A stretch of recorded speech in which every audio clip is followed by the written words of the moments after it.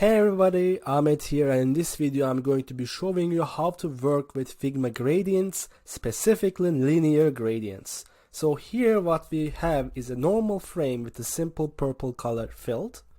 And to explore further my options when it comes to color, I'm gonna press Option to drag and copy.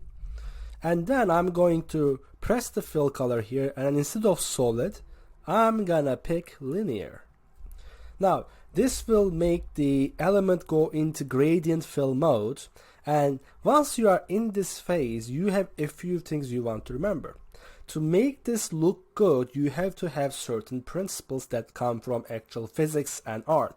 One of the things is usually the light comes from the sky. If you look at paintings from all over the world, or let's say you look at the designs, usually the lighter color will be coming from top, and most often it will be coming from the top right, meaning it would actually be reversed. So I'm gonna show you. So it would most likely much more like this, where this part would be a lot more darker.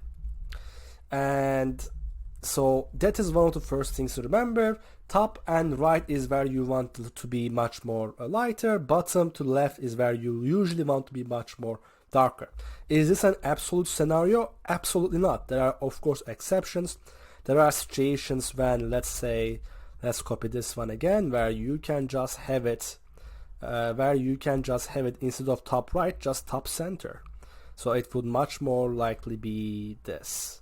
So let's go linear again, and let's fill the top where the light comes from to be here, and let's fill this one to be here. And let's get this, yeah, so it goes darker as we descend to bottom. So that is the first thing you want to remember. The second thing you want to remember is when you are first beginning, you don't want to leave your initial basic color of choice. What you want to do is you want to work with variations. So if you, let's say you picked your base color, which is this purple, so I'm gonna go here, Control C, pick it. What I then want to do is, how do I go on about making the bottom much more darkened than this one? There are two techniques only.